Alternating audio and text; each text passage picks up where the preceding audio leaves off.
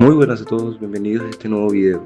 En el día de hoy, mi grupo estará presentando algunas de las fronteras más importantes de Colombia. A continuación los dejo con mi persona, hablando de la frontera colombo-brasileña. La frontera colombo-brasileña nació de disputas imperiales y tratados de papel, pero se ha convertido en una región dinámica y hermanada por la geografía y el comercio. Una línea que, más que dividir dos países, une a los pueblos del Amazonas. Para entender esta frontera, tenemos que viajar en el tiempo hasta la época colonial. Los orígenes de este límite se remontan a pactos entre la Corona de España y Portugal. Brasil proclamó su respeto por los límites establecidos en el antiguo Tratado de Ildefonso de 1777, basándose en el principio de uti possidetis de facto. Sin embargo, la solución definitiva llegaría en el siglo XX a través de dos acuerdos claves. El primero de estos sería el Tratado Vázquez-Cobo. Su fecha fue el 24 de abril de 1907 y el alcance de este es que definió la frontera del norte. Y como segundo tenemos al Tratado de García-Ortiz, fecha 15 de noviembre de 1923, y su alcance fue que fijó la línea recta de Apopiris-Tabatinga. Trazar límites en la selva no estará fácil. La frontera comienza en el extremo norte, en la isla San José, que se encuentra frente a la imponente Piedra del Cucuy.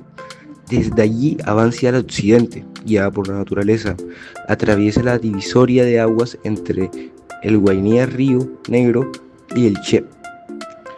Es un auténtico laberinto acuático. La línea limítrofe rodea cabeceras de ríos y utiliza corrientes del Isana, el Baupés y el Papurí para marcar el territorio. Finalmente desciende por el río Tairá y el Apoporis hasta el Caquetá, rematando en una línea recta que cae directo sobre el majestuoso río Amazonas junto a Leticia.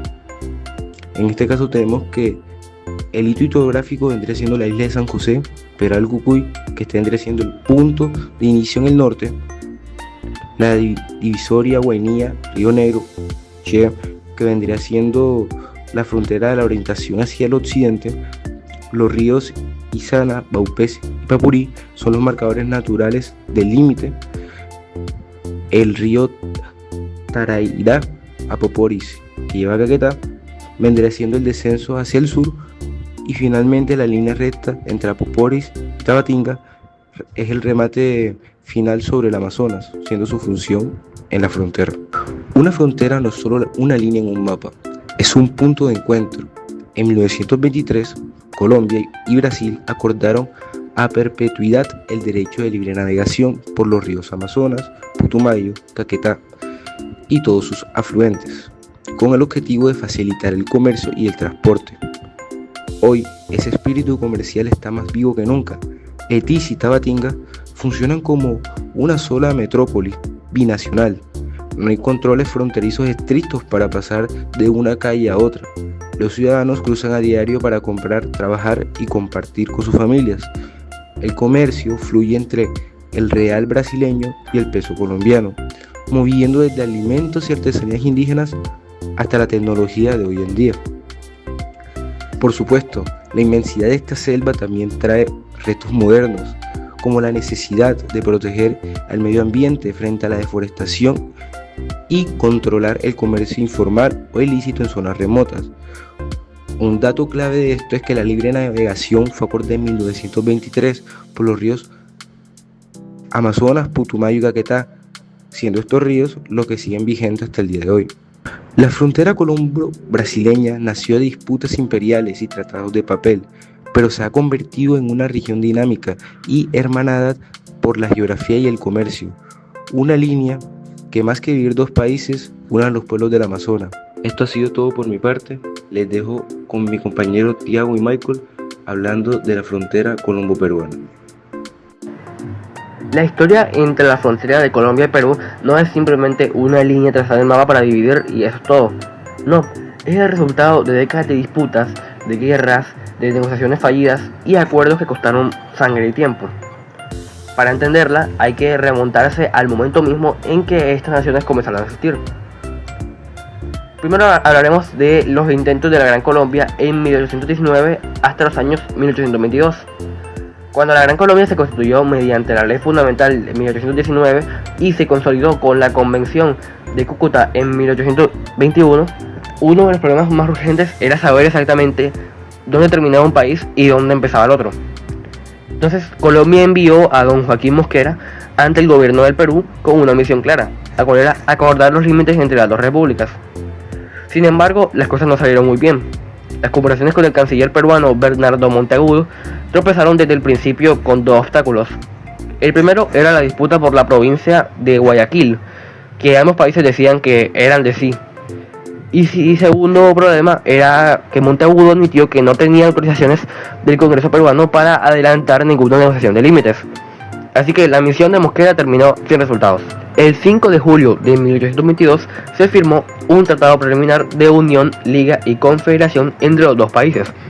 Sin embargo, ese tratado simplemente aplazó más la discusión de límites y el problema se quedó sin resolver.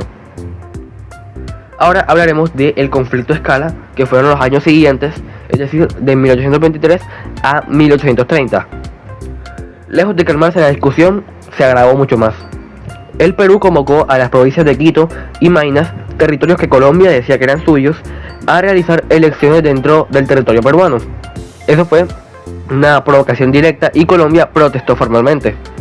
Para responder, el Perú aprobó en 1823 una ley que fijaba sus límites en los mismos que tenían los virreinatos de 1809. Es decir, el Perú intentaba definir sus fronteras de manera unilateral, sin negociar con Colombia. La tensión fue escalando durante años y en 1829 llegó el punto de quiebre. El libertador Simón Bolívar declaró la guerra al Perú. El conflicto fue breve pero fue decisivo. El mariscal Antonio José de Sucre derrotó al ejército peruano en la batalla del Portete de Taqui el 27 de febrero de 1829. Fue una victoria clara para Colombia. Ahora hablaremos de los acuerdos de 1829, los cuales son los de Girón y la Reagual. Tras la victoria militar, llegó el momento de sentarse a negociar. A través del convenio de Girón, suscrito por Sucre, representando a Colombia, y el general José Lamar, por el Perú, se acordaron los límites sobre una base que ya se conocía, la cual era la división política de los virreinatos de la Nueva Granada y el Perú, tal y como estaban en 1809. Ese principio, conocido en derecho internacional como el uti possidetis de jure, significaba que cada país heredaba los territorios que tenía la administración colonial al momento de la independencia.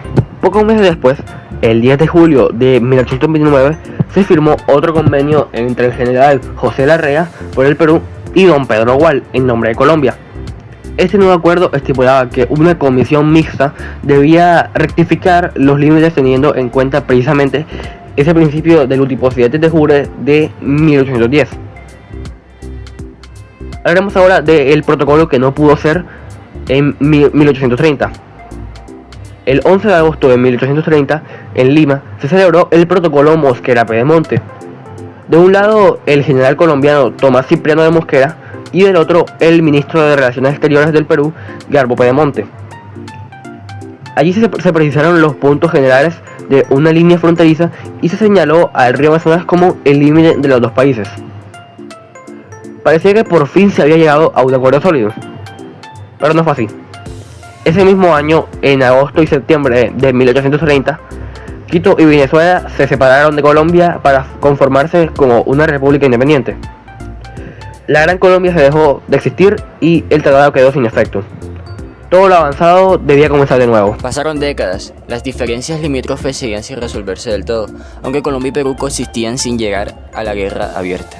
Finalmente, el 24 de marzo de 1922 se firmó el Tratado Lozano-Salomón. Este acuerdo fue aprobado por la Ley 55 de 1925 y representó el primer intento serio y formal de cerrar definitivamente el asunto de los límites. Parecía que la historia llegaba a su fin, pero no sería tan sencillo. El 1 de septiembre de 1932, fuerzas irregulares del ejército peruano ocuparon la población colombiana de Leticia. Era una violación directa del tratado firmado apenas unos años antes. El gobierno colombiano de Enrique Olaya Herrera no dudó. Envió una expedición militar para expulsar a los invasores. Los dos países estaban al borde de una guerra. La situación era muy crítica. Fue entonces cuando ambos gobiernos tomaron la decisión de someter el asunto a la Sociedad de las Naciones, el organismo internacional de la época.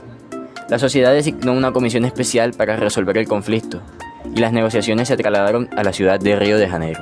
¿Y cómo quedó finalmente trazada la frontera? La línea limítrofe está determinada en su mayor parte por el río Putumayo, desde la confluencia del río Huepi hasta donde llega el río Yaguas. Desde ese punto, el límite está señalado por una línea recta que corta el río Amazonas en el lugar donde recibe al río Atacuarí. Luego sigue el curso de ese gran río hasta la confluencia de la quebrada de San Antonio cerca de Leticia. La frontera colombo-peruana es una de las más complejas de la historia diplomática del continente. No fue trazada en un día ni con un solo acuerdo. Tardó más de un siglo en definirse, pasando por guerras, tratados rotos, invasiones y negociaciones internacionales. Hoy en día, esa línea existe, pero detrás de ella hay capas de historia que vale la pena recordar. Colombia y Ecuador comparten una frontera de más de 580 kilómetros, pero ¿sabes cómo se definió esa línea que separa a estos dos países hermanos? Hoy vamos a explorar la historia, los conflictos y los tratados que dieron forma a la frontera colombo-ecuatoriana. Para entender esta frontera, debemos retroceder en el tiempo. Durante la época colonial, el territorio que hoy es Ecuador pertenecía al Virreinato de la Nueva Granada, sin ser declarado territorio autónomo como sí lo fue la Capitanía General de Venezuela. Cuando en 1830 se disolvió la Gran Colombia, Ecuador se constituyó como república independiente mediante la Convención de Riobamba, el 14 de agosto de ese mismo año, y fue entonces cuando comenzaron los problemas de límites. Tras la separación, Ecuador intentó desconocer los límites fijados por la ley colombiana del 25 de junio de 1824 sobre división territorial, invadiendo territorios de la Nueva Granada. Ante eso, el gobierno de la Nueva Granada le declaró la guerra al Ecuador el 15 de septiembre de 1832. El general José María Obando fue enviado a hacer evacuar a las tropas ecuatorianas de la ciudad de Pasto. Sin embargo, el general ecuatoriano Juan José Flores no tuvo éxito en el sur de la Nueva Granada, lo que llevó al presidente del Ecuador a firmar una suspensión de las hostilidades el 8 de octubre de 1832. Se acordó que las tropas ecuatorianas no cruzarían el río Carchi ni las granadinas el río Guaitara. Poco después se enviaron los generales Posada Gutiérrez y José María Obando a negociar con el Ecuador. El resultado fue la firma de un tratado de paz, amistad y alianza y otros sobre límites. En este tratado se señaló el río Carchi como línea divisoria entre los dos países, reafirmando lo establecido por la ley colombiana de 1824. Un acuerdo que traería tranquilidad, aunque no definitiva. Años más tarde, surgieron nuevas diferencias entre los dos países que debían resolverse de manera definitiva. Fue así como el 15 de julio de 1916 se suscribió el Tratado Suárez-Muñoz Bernaza entre Marco Fidel Suárez por Colombia y el coronel Alberto Muñoz, plenipotenciario del Ecuador. Este tratado fue aprobado por la Ley 59 del mismo año y se convirtió en el instrumento jurídico definitivo que fijó los límites entre Colombia y Ecuador tal como los conocemos hoy en día. Pero, ¿cómo es exactamente esa frontera? La línea limítrofe comienza en la desembocadura del río Mataje, en el Océano Pacífico. Desde allí sigue el curso de ese río, para luego pasar al río Mira y después al río San Juan. Continúa hacia la cordillera, donde se encuentra el volcán Chiles. Siguiendo el río Carchi, llega al puente de Cuaychaca entre Tulcán e Ipiales y a la quebrada Pun. Desde allí se dirige al Cerro Paz, siguiendo en parte el río Chingual y luego toma el río San Miguel Usucumbíos y de ahí en línea recta hasta el río Güembí o Cuimbé, en el Putumayo. Sigue ese río hasta la boca del Güembí, donde da inicio a la frontera con Perú. La frontera colombo-ecuatoriana no fue siempre una línea pacífica, fue el resultado de negociaciones, conflictos armados y tratados diplomáticos a lo largo de casi un siglo. Hoy, esa frontera de más de 580 kilómetros no solo separa a dos naciones, también une a dos pueblos con una historia, una cultura y unos lazos que van mucho más allá de cualquier línea en el mapa. Muchas gracias por ver el video y acompañarnos en este recorrido de estas fronteras y sus historias. Esperamos que estéis bien y hayan aprendido lo importante de estas fronteras.